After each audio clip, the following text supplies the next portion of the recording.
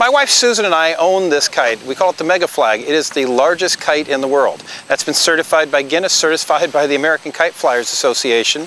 And we're here at the American Kite Flyers Association National Convention in Des Moines, decided to get the kite out and share it with some of our friends. So, it was manufactured by a company called Peter Lynn Limited out of New Zealand. He's known for making large kites and has held world records in the past. And he has actually manufactured 3 of these, all identical in size.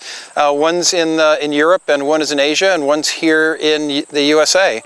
We can fly this kite with about 5 people, but we'd like to do it with a little bit bigger crowd because, you know, anytime you're working with something that weighs 500 pounds, it's easier to move it around with 20 people than it is to try and move it around with 5 people. But 5 people can fly, set the kite up and anchor it effectively. It's anchored off to a dump truck full of gravel here today, and we usually use a couple of full-size vehicles on the side to help stabilize it.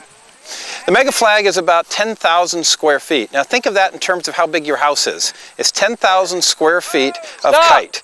And it has no sticks. It's all completely inflated by the wind, and the wind and the internal shroud lines help it maintain its shape so that it actually lifts up off the ground and flies like any other kite would, except it's much bigger.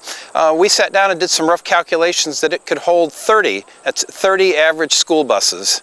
We've flown kites our whole life. I flew kites as a kid. I flew bigger kites as I got to be a bigger kid, and I guess now I'm a really big kid because I've got a really big kite.